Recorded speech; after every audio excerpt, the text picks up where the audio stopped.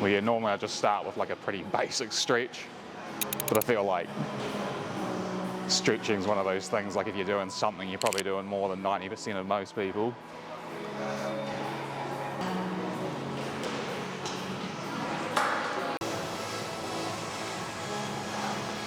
Well, I'm just going to do a pretty basic leg day because I had quite a big weekend. I was just saying I did the 10k Ruby swim race, but it got pulled out.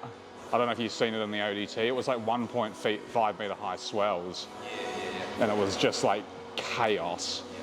So we managed to get one lap in, but I managed to find a hearty group of locals, and we went out again round the island, and the conditions had got a lot worse. But like, I was just on cloud nine in it. So much fun. And then on the Sunday, me and a few friends went and ran Silver Peaks. So like, legs are pretty dead right now. That's probably the hardest thing when you do like a lot of endurance stuff, is like every weight training session, you're always like under tons of fatigue. Like I'll do a lot of progression outside and running and swimming and biking and whatever. But in here it's always much more slow moving because you're always like under really heavy loads, you know? Probably the worst part for me, the glutes. Trying to make them work.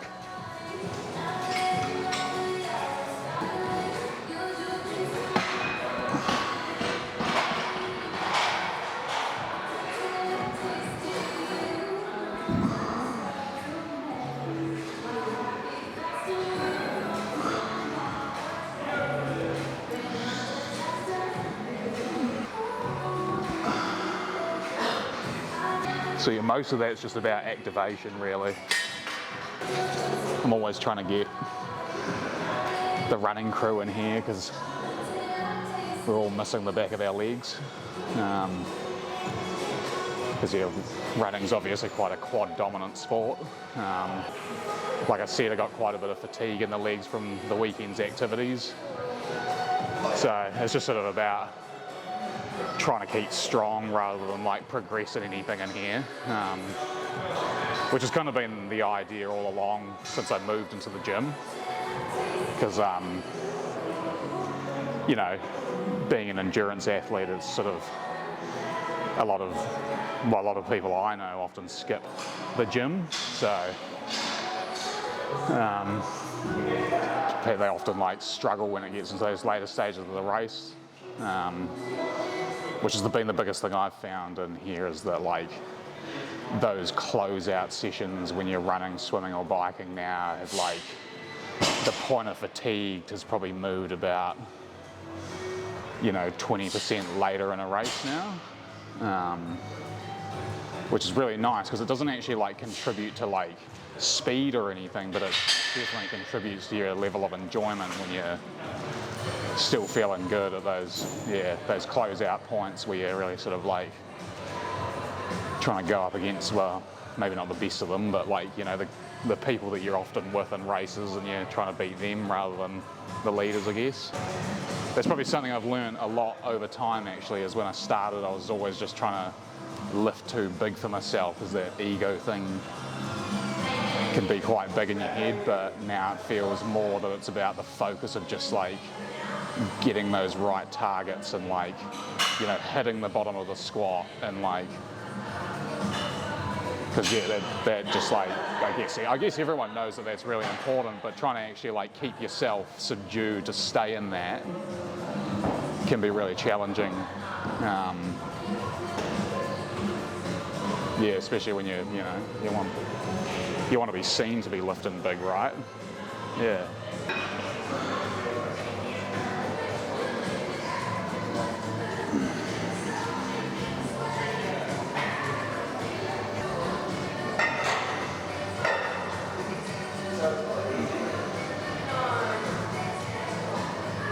So I've got plantar fasciitis.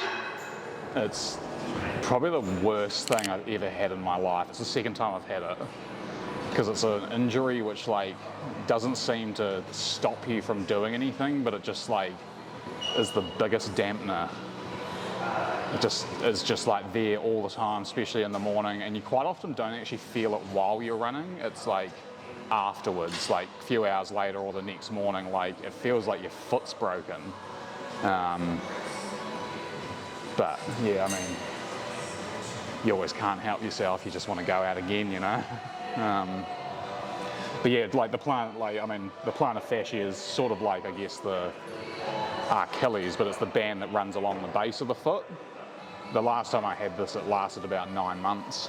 But as much as it sucks, I'm kind of just okay with it, because it's just like part of the process, and injuries are a thing, and I guess like it's not about, well, I mean, probably should rest more, but you know, it's about managing that rather than stopping, because I think stopping is probably one of the worst things you can do for yourself, because you can like lose in a lot of other places, like, you know, all the other tendons and ligaments and stuff can weaken up if you're still not training them, but it is definitely a balancing act.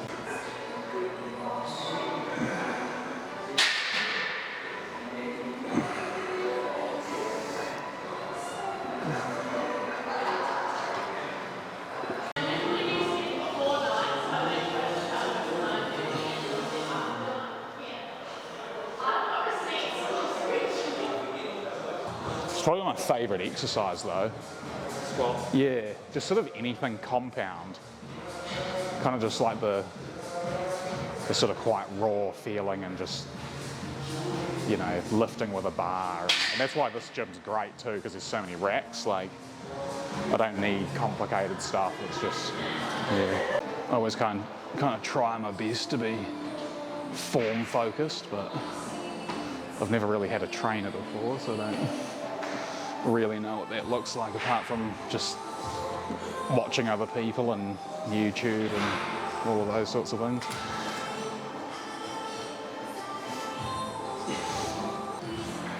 Most of the compound stuff is sort of 5x5,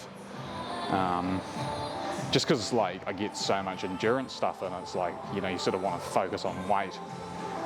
I do like doing a lot of sort of explosive things as well, but with the foot at the moment, sort of had to back off with that.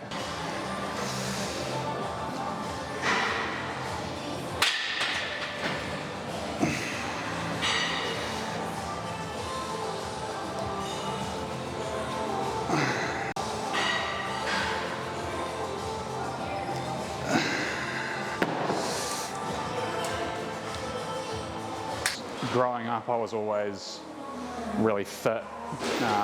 I was a swimmer, trained under Duncan Lang, who was a bloody legendary swim coach in Otago back in the 90s, early 2000s, you know, training the likes of Danny and Loader and stuff. So growing up, I spent 6 days a week in the pool. But then, you know, hit your teenage years and you sort of go off the rails a bit and discover social life and drinking and all of that. So like, that sort of became it for 10 odd years, and over that period just put on weight slowly. You don't even really know that it's happening. Just one day I was like, you know, when I was younger I used to quite like biking, so I just went down to the, you know, Torpedo 7 and just bought a bike off the shelf and started doing that, and like, you know, just sort of found a lot of fun getting back into that. And you know, I was never into downhill that much. I just like quickly found that I loved hill climbing. I just loved that feeling of just being completely dialed in, tunnel vision, just going uphill for ages.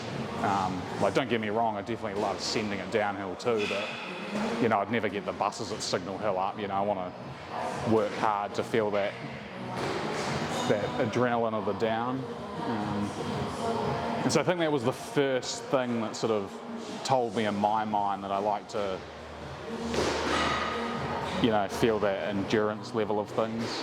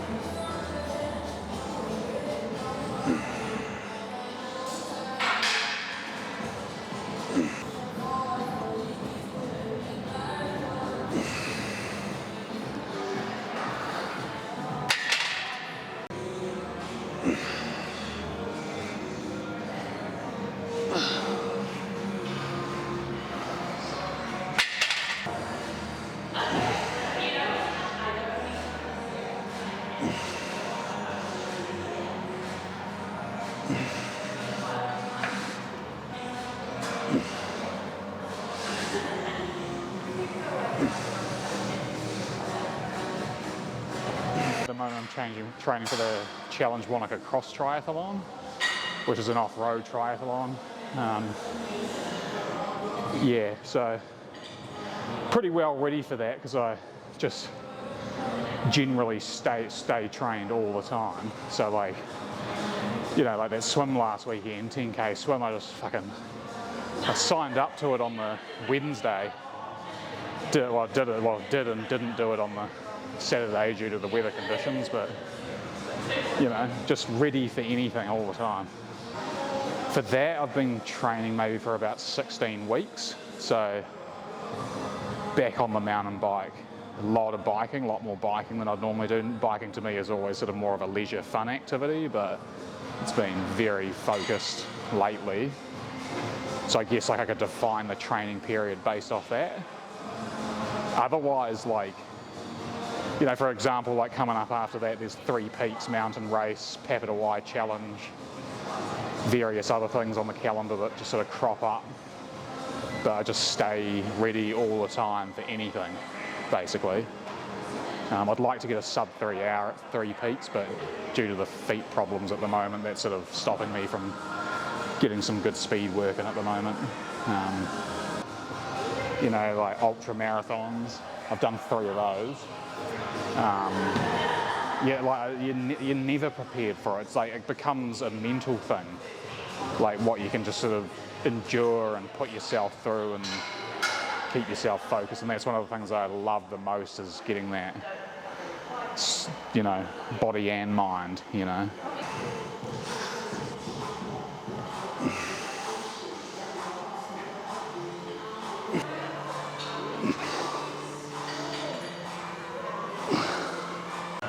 Oh yeah, so 1.5k swim, 33k bike ride, and then 10k run.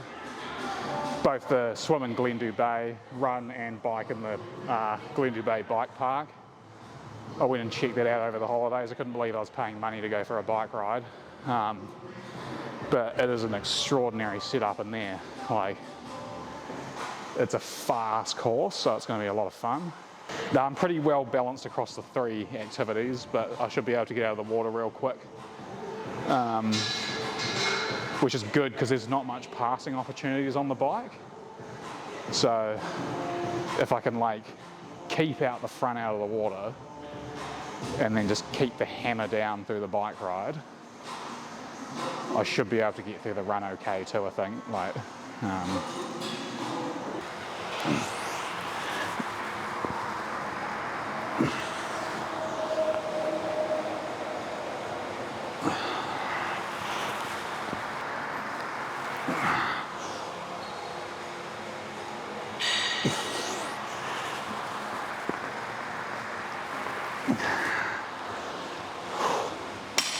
core's often missed, I think, from a lot of people, and especially like proper core. Like, I guess, I mean, I think there's kind of superficial core, which is like sit-ups and stuff, but like really getting that sort of like side to side movement going is really, really important, because quite often that's the way your body's going to get hurt, is I guess lateral movement, I guess you'd call it.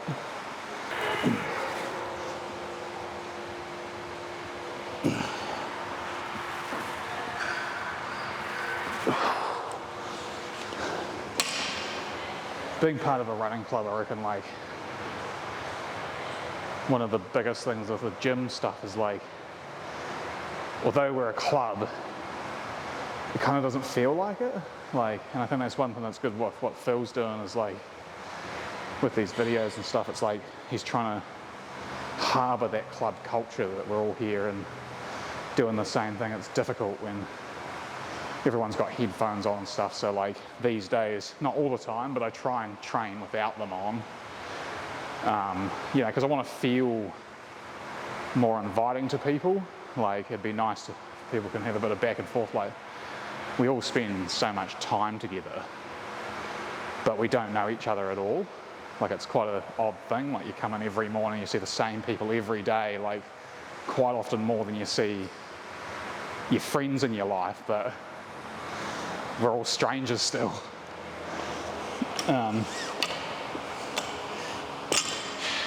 Yeah.